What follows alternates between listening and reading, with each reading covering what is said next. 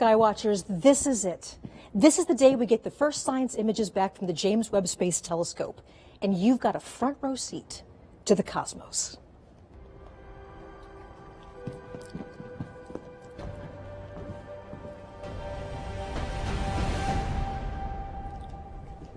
I'm Michelle Thaller, your host for what can only be described as a celebration for everyone on Earth. So think about this. Light from the earliest days of the universe has been traveling to us for billions of years. Just over the last few weeks, we've captured some of that light with a telescope that sees the universe in an entirely new way. And today we share the very first results. So longtime space fans are going to know who this is. This is Dr. John Mather. He's the senior project scientist for the Webb Telescope and a Nobel Prize winner. And John, I couldn't be happier to be here with you today. Thank you. It's a thrill to be here for this very special day. How are you feeling? I am thrilled and I'm relieved because, you know, when you start something this big, you know there's always a possibility it might not work. It did work. We are so proud. And you've been on this project for a very long time, right? Yeah, started in 1995. We had just finished measuring the Big Bang. We measured it with the Cosmic Background Explorer satellite that we built right here at Goddard. And we measured spectrum. We measured there are hot and cold spots in the Big Bang. So we said, now we know it all, how it all got started. But then what happened after that? So then I got a call from NASA headquarters. Would I like to work on this new telescope that's going to help answer those questions? What happened after the Big Bang? How did the galaxies grow? How did the first black holes grow? What happened all the way from there to here? So this is our time machine, and I just wanted to be part of it. I am so thrilled that we got a chance to do it. One of the things that I remember you saying, and this is kind of amazing, that after you win the Nobel Prize, you thought that this mission was the most important thing to work on. Absolutely. It's the next question. After you know how it started, what happened then? And, you know, suddenly we now have the technology to do it. We didn't have 50 years ago. We didn't have the technology 25 years ago, even when we started this. We had to invent things along the way, so we did that, and here it is. Well, thank you. We'll be back to you in just a moment. So at the moment, we're going to talk about the way that Webb is a completely new way to explore the universe. So today, the mission releases its first science images and gives wings to the dreams of so many people who worked so hard for so long to make this possible. For everyone on Earth, this is your telescope. This is the largest, most powerful observatory ever put into space. It's the product of thousands of people working for more than 2 decades. This is a mission that's singularly focused on the biggest questions in science. So the following phrase is often used too easily, but today actually does mark the dawn of a new era. Today, the Webb mission is open for scientific business, and this is just the beginning. The best is yet to come. So, John, one of the things you told me about is that you really want to make sure there are some people that get thanked, people that put a huge amount of effort into this. Absolutely. Our current project manager, Bill Oakes, took the project from a time of trouble when we didn't exactly know how we were going to get this to work and got it all the way to the end. Here it is working, and it's because of Bill made this worldwide team, 20,000 people around the world were involved in making this thing all work, and Bill has been there every day making sure that it would happen. So other special person is Senator Barbara Mikulski. She saved our telescope, and she saved the telescope before us. She made sure after the Hubble telescope was launched and it was not in focus that we would go up and fix it. She made sure that happened. When the Webb telescope needed more resources, she made sure we could get that. So, Barbara, we thank you. Well, it is such an honor to be with you, Jay. I mean, it's been a pleasure to be working with you through this whole thing. Thank you so much. Congratulations, and go Webb. Thank you. So this broadcast, much like every part of this mission, is a partnership. On our journey to explore distant places in space, we've been joined by intrepid travelers from around the globe. We have so many extraordinary collaborators. So let's check in with our partners who will be sharing the stage with us today as we reveal Webb's 5 first science images. From the European Space Agency, I'm joined by Katie Haswell in Darmstadt, Germany. Katie.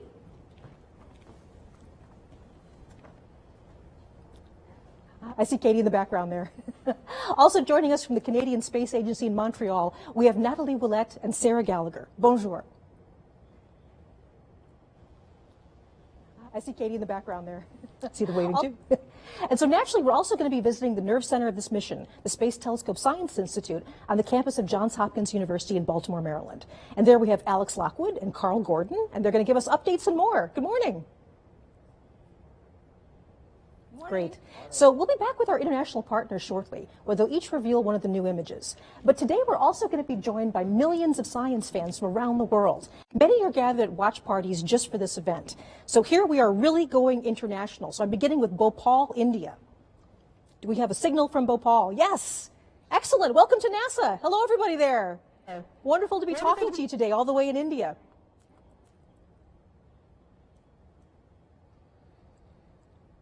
We'll be back to them later, yes? Great to wave to you. Hi, wonderful. And we also have a warm welcome now in Portland, Oregon. So we have the feed from Portland. A bit dark, but I see everybody there. Hello, Portland. They're in an auditorium, I see. Okay, next we're going to go off to Milan, Italy. So afternoon in Italy. Do we have the feed from Italy? I guess we have a screen from Italy. And next we're going to go to Rutland, Vermont. So is this Vermont? Hello, Vermont. Hi, everybody. Nice to see you. Thank you for being part of this today. Okay, going even a little bit further afield, we have Netanya, Israel. Hello. Hello, Israel. Yay. Really nice to see you guys. Okay, and just one more for now. I see people like giving me hugs. Okay, we also have Vancouver, Canada. Hey, Vancouver. Hi. All right. Wonderful. Wonderful to have all these people with you. So right across from the campus from me, there's also a huge watch party taking place with members of the Webb team. So the wonderful thing is that they actually are people that have worked on the mission, and they are part of our NASA Funny family. So hello Webb team.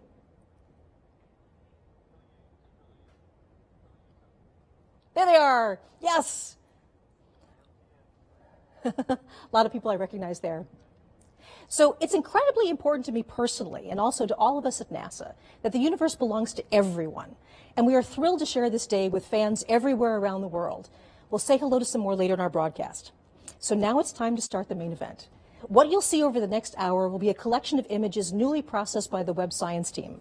Only a tiny handful of experts have seen the images so far, and I can tell you that we have been so excited to unwrap them for everyone. We will be releasing each image in turn in real time. As soon as you see it on this broadcast, it will be available for download on the internet. On the screen below, you can see a timeline showing where we are in the show and what's coming up next. And by the end of the show, all 5 images will be available to everyone. So hopefully you can tell I'm excited. Okay, so let's do this.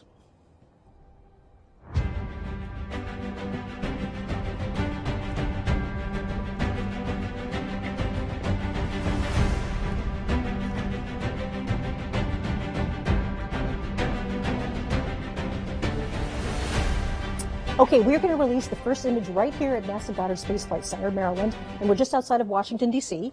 NASA Goddard is home to the project office of the Webb Telescope, and the observatory portion of the telescope, the mirrors and the science instruments, were integrated and tested here before launch. So for many of us, including myself, seeing Webb come together bit by bit right in front of our eyes was an emotional and very inspiring experience. So it's kind of like a part of us was out there with Webb right now. A million miles away, part of our hopes and dreams are out there. So ones we're seeing as they looked about the time the sun and the earth formed. And then behind the cluster, we have the gravity of the cluster is distorting and warping our view of what's behind. And so there are these galaxies that look stretched and pulled, kind of like they've been magnified because they've been magnified by the gravity of the cluster, just like Einstein said they would. And, you know, it's really, there's so much detail here. We're seeing these galaxies in a way that we've never been able to see before. There's just a sharpness and a clarity we've never had. And so we can look at, if we zoom in on this image, and I encourage you as you grab this image at home, like zoom in. You can, you know, really zoom in and play around. There are galaxies here in which you're seeing individual clusters of stars forming, popping up just like popcorn. And then we also see in the background of this image, kind of littered like jewels all over the back of the image, are these faint red galaxies. Now, that was what we built the telescope to do. The most distant of those are billions of years. We're seeing as they looked more than 13 billion years ago. And so galaxies like that one right there, this little red guy, you're like, okay, yep, what is that? Well, Webb got spectra to figure out what those galaxies are made of, And this is that one. We're seeing as it looked 13.1 billion years in the past, less than a billion years after the Big Bang. And we're seeing the elements of oxygen and hydrogen as well as neon. You know, this is how the oxygen in our bodies was made in stars, in galaxies, and we're seeing that process get started. Yeah, I want to give this a little bit of context. So this is now the farthest away galaxy that we have this sort of detailed information about. That we know what it's made of. We know what like it's that. made of. Yes. And this was not a long exposure for Webb. No, the previous record holder, right, the Hubble Extreme Deep Field, was 2 weeks of continuous work with Hubble, and it was just imaging. With Webb, we took that image before breakfast. The amazing thing about Webb is the speed at which we can churn out discoveries. So everything that you're going to see here in this broadcast is a week, and we're going to be doing discoveries like this every week.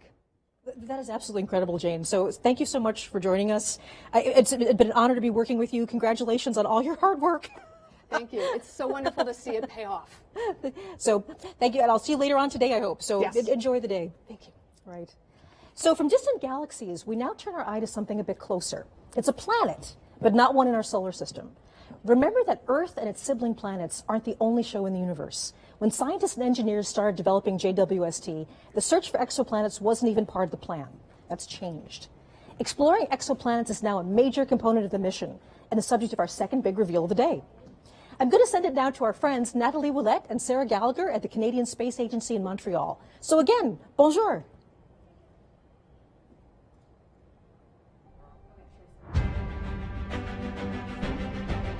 I guess we're having a little.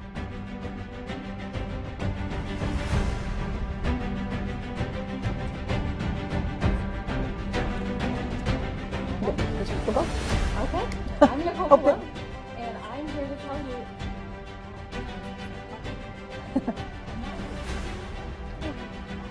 you. Sorry for the brief pause there. We're now going over to Canada.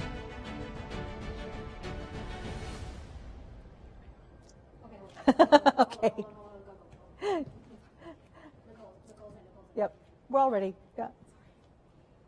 Okay, I apologize. We're having some trouble with the signal from Canada, but luckily for us, we have an exoplanet expert right here, just in case that happened. So this is Nicole Colon, and she's an exoplanet scientist at NASA, and we're going to talk about this amazing new result from a very hot planet, I understand about 1,000 light years away. That's right. The exoplanet is named WASP 96b, and it is this hot, gaseous, giant, puffy planet that it is about 1,000 light years away. So that's why today's release is so exciting, because it teases at what Webb is able to do for such a distant. Absolutely. So talk us through what this discovery is and why this is so significant. Mm-hmm. Well, this reveal that you're going to see is going to show the first spectrum of an exoplanet as taken from the Webb telescope. And this is exciting because it covers infrared wavelengths of light that we have not had access to before. So we've been able to use other telescopes to explore exoplanet atmospheres in the infrared, but not to this level of detail. And this is just one sliver of data that Webb is providing us using the nearest instrument specifically. And there's something about infrared that is actually particularly good for the spectrum. So in this case, what we're doing is we're actually going to take the light and break it up into a rainbow and look very, very carefully at how much color is coming in each part of the spectrum. So I believe we have that image, if we can put that up. Okay, yes, I believe we're revealing the spectrum right here. So we now have our spectrum, and this is exactly what you're seeing. As you just described with spectroscopy, what we did was we observed a transit of an exoplanet. We observed the planet as it passed in front of the star. Now, mind you, this is not a direct image. This is an indirect image. So we've seen the effect of what happens when the planet and its atmosphere passes in front of the star. The starlight filters through the atmosphere, and then you can break that down into wavelengths of light, and you get a bunch of what looks like bumps and wiggles to some people, but it's actually full of information content. So you're actually seeing bumps and wiggles that indicate the presence of water vapor in the atmosphere of this exoplanet. So we have the spectrum up here. Is there anything you'd like to highlight particularly? Yeah, absolutely. So we have several features marked here. So I call them features. They're these what I just referred to as bumps and wiggles, but what you're seeing here is a telltale signature, the chemical fingerprint of water vapor in these atmospheres, in the atmosphere of this specific exoplanet. And the other thing we can tell actually is that there's evidence of clouds and hazes because the water features are not quite as large as we predicted. So we can take that and infer that there are presence of clouds and hazes. Right. Now, one thing that we really want to make sure people understand is with this particular planet, this is a hot world. It's actually closer to its star than Mercury is to our sun. And so we're not looking at liquid water here, but we're looking instead at sort of steam, water vapor. Yes, this is an exoplanet. It's about the size of Jupiter, about half the mass of Jupiter. It orbits around a sun-like star, but it does it every about 3.5 days. So it's extremely hot, extremely close in, nothing like our solar system planets. But that's okay, because what we're seeing is, again, the first exoplanet data from Webb, and this is just the beginning. We're going to start pushing down to further smaller planets and being able to take measurements just like this with the NIRS instrument that was built by the Canadian Space Agency, but also there's three other science instruments that will add to our knowledge in the infrared, as well as direct imaging modes along with the transit method. So there's a lot more to come. And I guess one thing we should mention is not only are we going to be looking at planets that are more like the Earth in the future, but we'll also be looking at planets in our own solar system. Absolutely, yes. We're going to have exciting data from planets in our solar system, from Mars outward, as well as asteroids and comets. So stay tuned for a lot more to come. Thank you so much, Nicole. Thank you so much for telling us about the spectrum, and I'll be seeing you later on today. So we have 3 more big image reveals, and with that, new and more exciting science. But first, let's take a look back at the journey that brought us to this moment. Celebrations like this one are only possible with years of hard work from a cast of thousands. When a new mission is being built, even the most enthusiastic space fans only get to see dramatic moments in its life cycle, the news and images that come out in updates and press releases. But that doesn't really give you the sense of the huge effort that goes on behind the scenes every day. The plans, schedules, and organization to keep everything moving forward really happens, for the most part, out of people's gaze. Webb started as an idea that took root at NASA Goddard. It grew first into planning teams, research projects, schematics, requirements. Then it began the long journey to become real with the development of new technologies, cutting-edge engineering, and finally fabrication, putting it all together. Let's take a brief look back at the visionary journey to how we all got here today. So today was the final closeout of the purge. Okay, guys, I can hear Rupa, It's but a pretty emotional moment to be in there and actually, you know, closing it up for the very last time, right? You know, you're the last one to touch this, and so that was the final operation. And once that fitting is closed out, there's no more touching of the vehicle. We're ready for launch.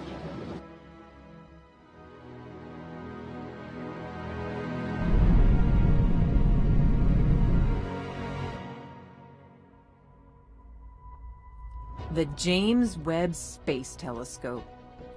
Born from the desires of astronomers, achieved with newly invented technology, is the culmination of 20 years of work.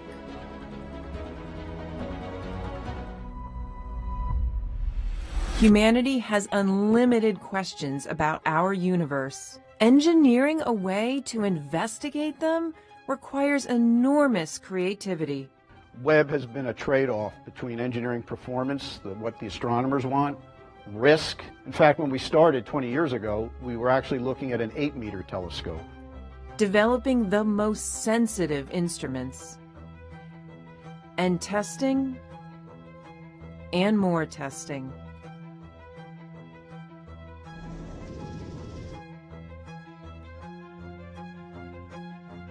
And so you don't want to build one that's just incrementally better than what you've got. Because if that's the case, you would just observe longer on the telescope that you already got.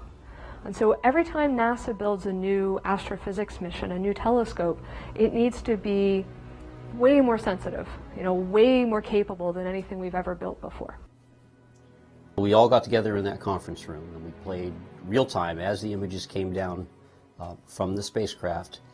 The very first diffraction limited images ever obtained with Webb, and what we collectively saw as a group was the highest resolution infrared image taken from space ever. If you're just joining us, I'm Michelle Fowler at NASA's Goddard Space Flight Center, and you are watching live coverage of the release of the first science images from the James Webb Space Telescope. So it's appropriate now that I send the broadcast to our colleagues and friends at the Space Telescope Science Institute in Baltimore. That's the scientific nerd center of the entire Webb mission. So hello, good morning, Alex. The show is yours.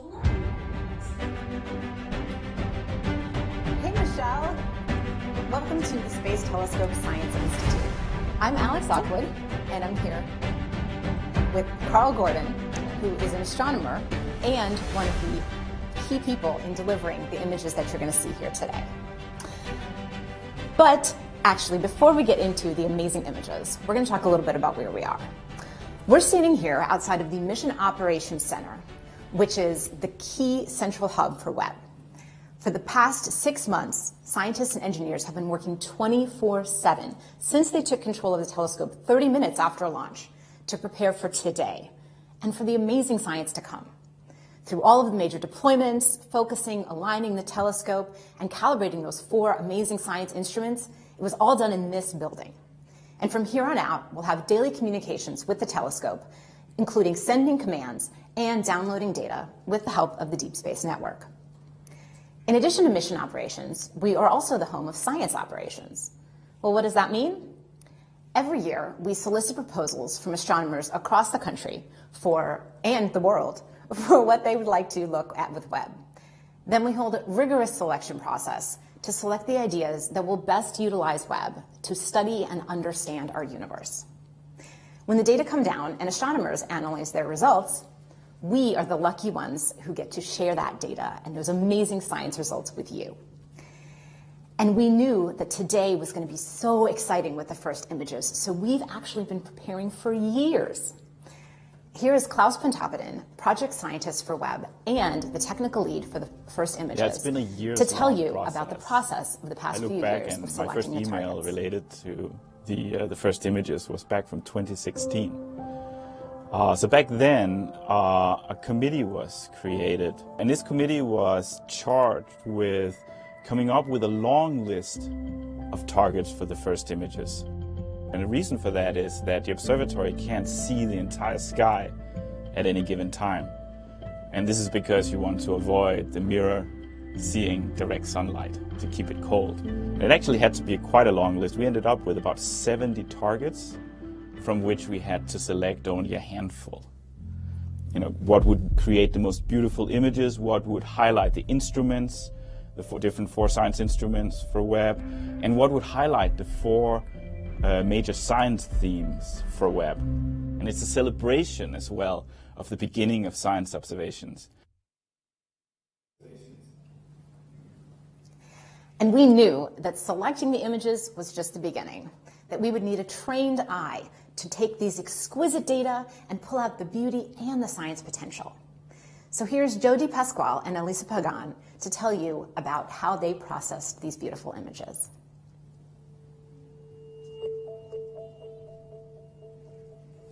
And they have it up downstairs. I think they missed some of that beginning. We're basically translating light that we can't see into light that we can see by applying color like red, green, and blue to the different filters that we have from Webb. And the reason we want to color the images is because there's actually more that you can get, more information that you can get from the image if you see it in color. So it's a matter of picking and choosing filters and colors that enhance the details and the structure in the image itself. The shortest wavelengths of infrared light and assign those blue colors, and then move our way down to green and red as we go to longer and longer wavelengths. And then we additively combine those together to get our full color image. But there is a lot of aesthetics that are involved in this. And painstakingly going through and cleaning these images up with an attention to detail, a level of detail like at the pixel level in every image. So when I'm working on the astronomical data, it is this sort of marriage between art and science. When you're choosing colors for the filters, you really are trying to show the different details and the processes that are happening in the astronomical images. But at the end of the day, you want it to be very compelling. You want it to be very beautiful because space is beautiful.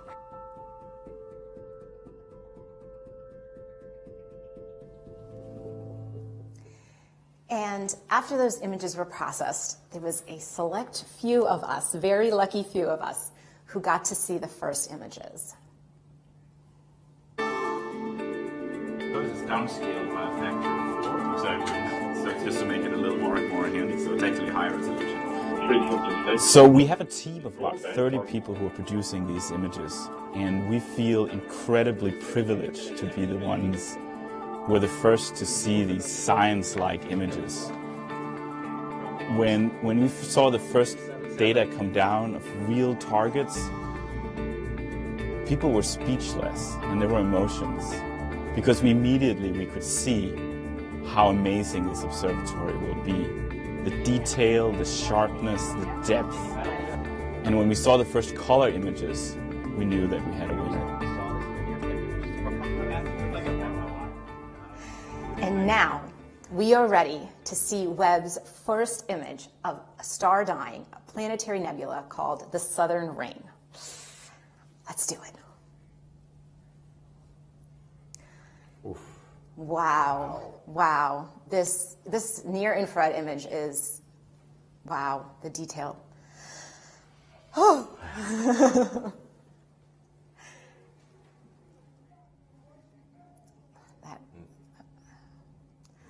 Wow, okay, well, here we are. We have a near-infrared image on our left, or on maybe your right. And here on the right, we have a near-infrared image. And so I'm here with Carl, our astronomer specialist. Can you tell us what we're looking at in these images? So this is a planetary nebula. It's caused by a dying star that has expelled a large fraction of its mass over in successive waves. Okay, so we actually see those waves in these images. Yes. Wow. And so there's a lot of structure. Can you tell us a little more detail about what we're looking? Maybe start with this one on the left. Yeah. So in the NIRCam image, you see this kind of bubbly, almost foamy appearance throughout the whole nebula with some very structured shells. And this foaminess is showing up in orange mainly. And this is due to the molecular hydrogen that's newly formed in the expansion, just lighting up the gas and dust of this nebula. And then as we move inward, you see this kind of very blue haze in the inner region. And this is actually due to very hot ionized gas that emits well in the blue that's heated by the core, the leftover very hot core of this star. And what about these like rays that I'm seeing in this image? Right there. So there's also rays in the outer regions that you can kind of see. And these are holes in the inner nebula that are actually allowing the central star's light to come out and kind of light it up like, patchy clouds with the sun shining through. Wow. Oh, yeah, that's what it looks like. That's so cool. So you're actually a mid-infrared astronomer, which is different than near-infrared. And so what can you tell us about the details in this mid-infrared image? So it looks quite different in color, partly because we're seeing different kinds of physics going on here. So we're actually seeing in the blue, you see a lot of blue. The blue is actually due to hydrocarbon grains that are emitting very strongly in the blue for MIRI. And they show the very similar structures to what we see in orange and NIRCam because the molecular hydrocarbon actually forms on the surface of dust grains. And so again, as we move inward, we see that the inner region is again hot ionized gas, but now it glows red because that's where it emits the strongest for MIRI wavelengths. Okay. And then as we go into the center, we see kind of the surprise for us, which is we knew this was a binary star, but we effectively didn't really see much of the actual star that produced the nebula. But now in MIRI, this star glows red because it has dust around it. So in MIRI, we got to see both stars very clearly. Yeah, you can't see it in the first image really, but there's two stars there. So that's a fun surprise. And I think that there's another little Easter egg you want to tell us about? Yeah, so this was, the Easter egg is this kind of narrow filament up in the top that's radially aligned. You can kind of see it very clearly in the MIRI image. It shows up as this blue structure, and it points very much to the central sources. So I thought, oh, this must just be a density enhancement in the outer nebula. I thought that very, very strongly, but other people on the team were like, no, it's a background edge-on galaxy. Well, I made a bet that said, no, it's part of the nebula. By the way, I lost the bet because then we looked more carefully at both the NIRCam and MIRI images, and it's very clearly an edge-on galaxy with a dust lane and a bulge. So I lost the bet. Well, you lost the bet, but you got these gorgeous images, so I think it's a win for everybody. Anything else you'd like to say today? I can't wait to see where we go from here. Neither can I. All right. Thanks so much. Back to you, Michelle.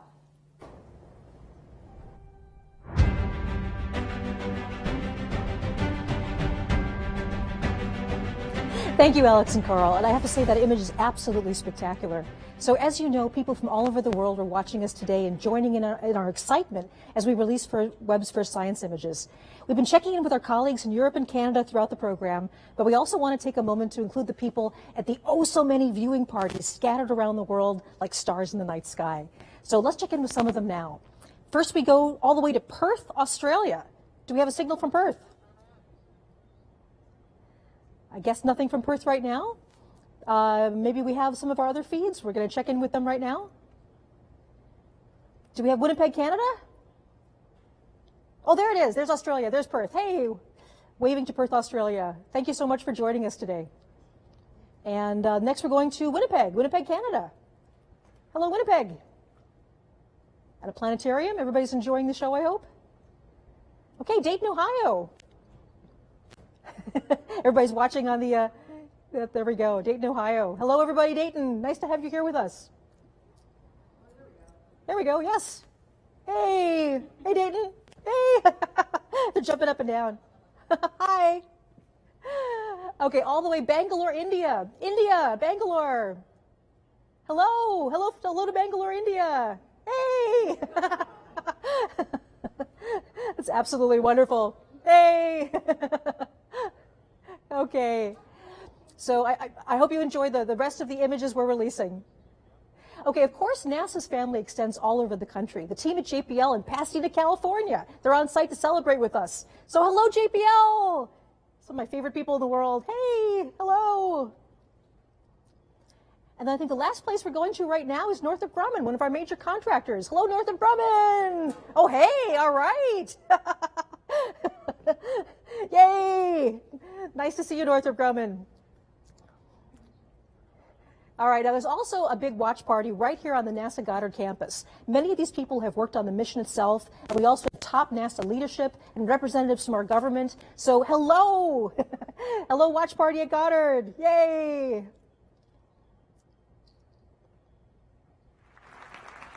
Okay, wonderful. So, I mean, at NASA, we are so fortunate to have all of these friends and colleagues around the globe. A major partner in the Webb mission is the European Space Agency.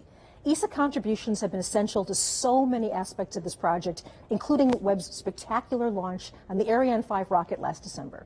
I'm very pleased to turn over the show for a few minutes to Katie Haswell. She's joining me from the European Space Operations Center in Darmstadt, Germany. Hello, Katie. Good afternoon.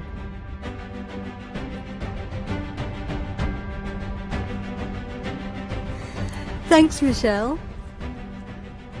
Thank you, Michelle, and welcome to Germany. We're at the European Space Agency. I'm still getting all kinds of IFB from lots of center.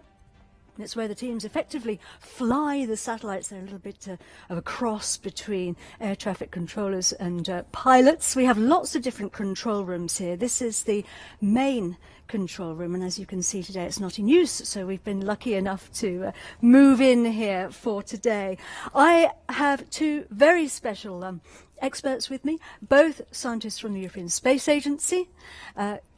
Giovanna Giardino is a near-spec scientist. Giovanna has been working on that for many years and lots to tell us about that. And Mark McCaughrean is a special advisor for space, for science and exploration. These two guys have been working on the Webb Space Telescope for a long time. So we're very grateful to have you with us. Thanks, folks. Pleasure. We are excited to reveal our image with you. But before we do that, we thought we'd give you a little bit of background, because we've come here today because these guys were the first ones to pick up the signal during the Webb launch, when Webb first launched.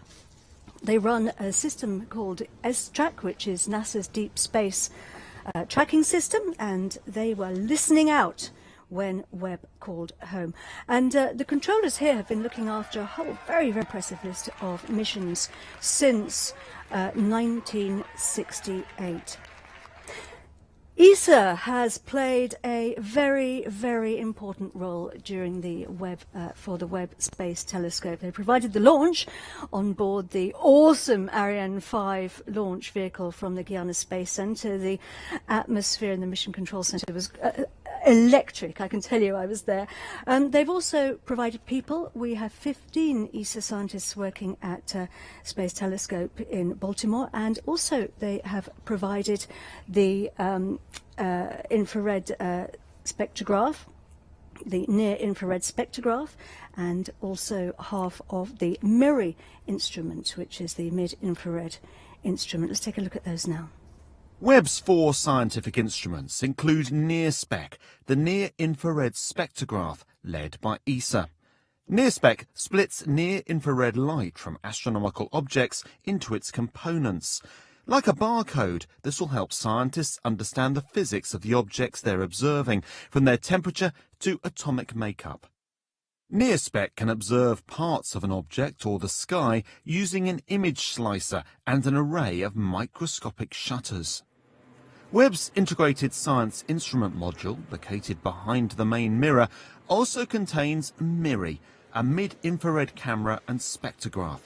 Seen here during testing, MIRI's been developed by a partnership between Europe and the US. MIRI detects mid-infrared light from planets, stars and galaxies. It can analyse molecules to help us deduce what astronomical objects are made of and peer into clouds of gas and dust where stars and planets are born. Together, these instruments will help Webb detect and analyse light from the very dawn of time, revealing the universe as never before. So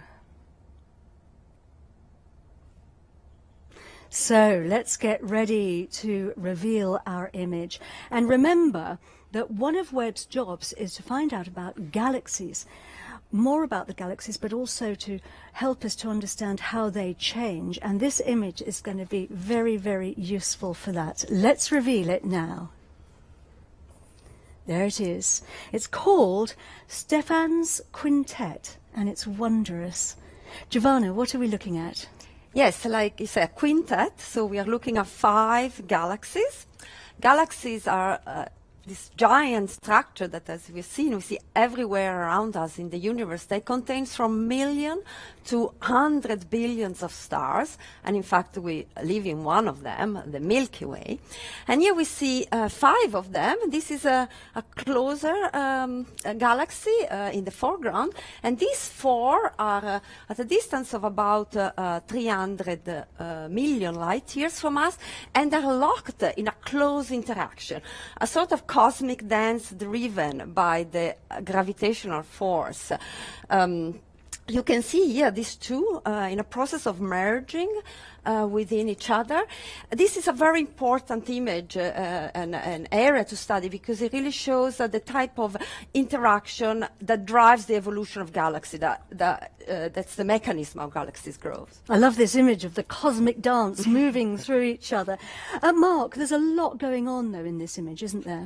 There is. So this is a near-infrared image. With NIRSPEC, we can zoom into this area, and we have this technology that allows us to take thousands of images at different wavelength channels, so see this distribution of the gas, what's going on in the gas in different regions of this core area, and understand the composition of the gas, the velocities, the temperature. So that's very important to understand the physics. So it's giving us so much information, and it just shows the power of this telescope. Mark, this is just the beginning, though, isn't it?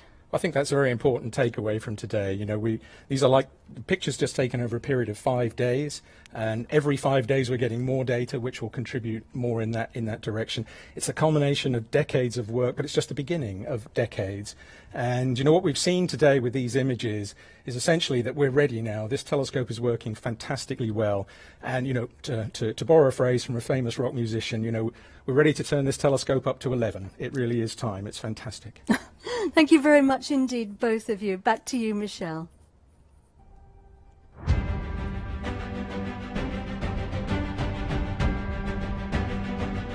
Thanks, Katie. It is so great to have you and your colleagues with us on this historic day.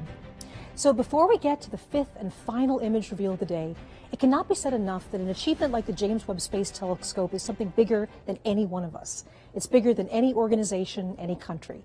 This truly takes a planet. Webb belongs to all of us, and starting today, the discoveries start and they're not going to stop. This is just the beginning. We've said several times throughout the broadcast that the Webb mission is about people, and during the construction of the Great Telescope, people started to see themselves in it, literally. Day after day, people visited the observation window at NASA Goddard, and looking through the glass, they snapped selfies of themselves reflected in the gigantic golden mirror. These photos are actual reflections of the enormous human investment and the emotional commitment that brought this mission to life. And now, years later, that mission is finally collecting light from the earliest days of the universe, all the way to worlds in our own solar system. It's the same mirror that reflected the many faces who see themselves as part of the journey to understand our shared origins. Let's stop for a moment and appreciate the people behind Webb.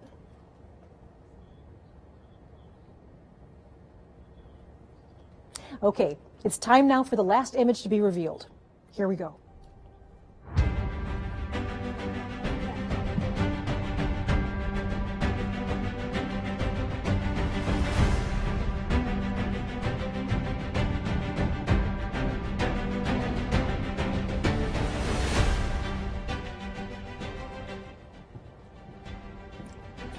So Amber Strawn is Webb's deputy project scientist. She's here with me today to share the final big reveal of the day.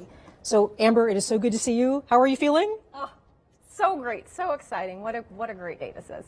Yes, so one of the things that we're going to do is before we get to the final image, the James Webb... I always tell everybody I'm paid to worry, frankly, and that's good. What we want to do, though, is, just really thank the team again. Of course, we heard Bill and Scott and Greg talking about the team that is there. I think what's also important is to recognize that Bernie is sitting there, who was the first manager. I was sitting there. Could you stand up?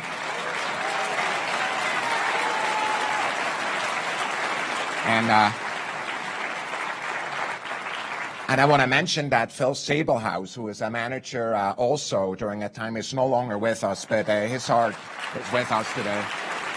Yeah. I have to tell you, John, after each one of these milestones, I called a lot of people. I called Bernie, for example, and I called people who had my job and people who are administrators, because there's many of them. And I just wonder how you feel about the team. Just give you the word here. I am just so thrilled that we had a privilege to assemble such a brilliant team. We drew from the best of the best, and here we are. So my extreme deep thanks go to all the people who built that team, not only to Bernie, who started us and helped us build up all the technology, to Phil, who made sure we would have a plan, and then when we didn't have quite enough money, to Bill, who pulled it all together and made it get all the way to the end. I am so thrilled that we had so much talent to draw on. And here we are, we have the support of the country and the world to take on this immense challenge. You know what I'm most excited about? There's tens of thousands of scientists, and frankly, some of them just got born, or not even born, who are benefiting from this amazing telescope, because it will be with us for decades. It will be. We have... It took us about 25 years to get here, since 1995, and we have at least 25 to go, I hope. So look, we are in a sense of these images, the art that is out there in the sky, revealed for the first time. We're thinking of the team and we're thanking them. John, thanks to you, thanks to all of you, and back to Michelle. Thank you so much, Thomas. And this entire collection continues to just absolutely astound me. Okay, Amber, so here it is. Can you walk us through the final image reveal? Absolutely. Here we go. The last image is, wow, look at that. So, Amber, can you tell us a bit about what we're seeing here? Of course. This stunning vista of the cosmic cliffs of the Carina Nebula reveals new details about this vast stellar nursery. Today, for the first time, we're seeing brand new stars that were previously completely hidden from our view. There's something you want to point out here? Absolutely. So honestly, it took me a while to even figure out what to call out in this image. There's just so much going on here. It's so beautiful. One thing that really stands out to me is you sort of get this sense of depth and texture from this new data. There's a lot going on. To call out a few specifics, first of all, in general, the Carina Nebula is a nearby star-forming region within our own Milky Way galaxy, about 7,600 light years away. And in this view, we see some great examples, first of all, of hundreds of new stars that we've never seen before. We see examples of bubbles and cavities and jets that are being blown out by these newborn stars. We even see some galaxies sort of lurking in the background up here. We see examples of structures that, honestly, we don't even know what they are. Like, what's going on here? The data is just so rich. And there's something really special about the infrared. Infrared can actually see deeper into these star-forming regions. Absolutely. That's one of the great things about infrared, is it really does reveal what's going on here in a really cosmic sense. And in general, what's happening in sort of this overall landscape is we have these gigantic, hot, young stars up here to the top of this rim, and the radiation and stellar winds from those stars is sort of pushing down and running into all of this. This is gas and dust, and of course we know that gas and dust is great raw material for newborn stars and baby planets. But there's a flip side to this story, and also a little bit of a mystery, because these same processes can serve to sort of erode away this material and stop star formation. So we have this sort of delicate balance going on of new stars being formed, but at the same time the star formation is being halted. And for me, when I see an image like this, I can't help but think about scale. You know, every dot of light we see here is an individual star, not unlike our sun, and many of these likely also have planets. And it just reminds me that, you know, our sun and our planets, and ultimately us, were formed out of the same kind of stuff that we see here. We humans really are connected to the universe. We're made of the same stuff in this beautiful landscape. And actually, the Carina Nebula was one of my favorite images from Hubble. So Hubble looked at this as well, right? Absolutely, yeah. The Hubble image of this is also spectacular. We saw it in a different kind of light when Hubble took an image of this particular nebula. And then you can see amazing things with Hubble, but when we zoom in to this new image, we're able to see so much more detail. And of course, all of us, you know, I grew up on Hubble, and all of us love Hubble. And I'm so excited to see what these two amazing observatories are able to do really in tandem with each other. Thank you so much. And again, congratulations. It's been a pleasure to be working on this with you. I'm just amazed by what's been going on. I am too. Thank you.